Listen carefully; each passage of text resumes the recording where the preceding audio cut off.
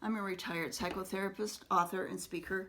God has worked powerfully in my life in response to prayer many times, but the biggest one was the healing from severe mental illness.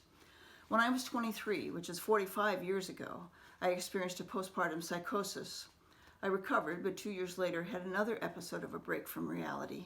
I couldn't tell you the day of the week, the name of the president, or where I was. I was well and thoroughly out of touch with everyday reality.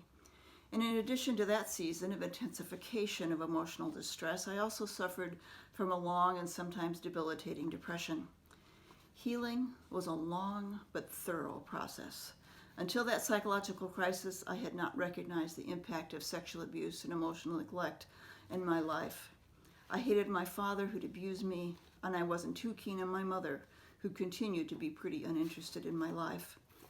Having gotten my attention with those breakdowns, God began a deep process of the healing of that hatred. Foundational to the process of healing was forgiveness.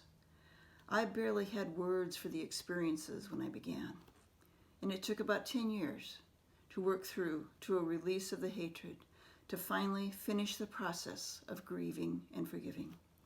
But that process was substantially finished by 1987, and I've not had another breakdown since I began that healing process in 1977, nor have I had more than a day or two of depression in the last 30 years, and I've not taken any psychiatric meds since 1979.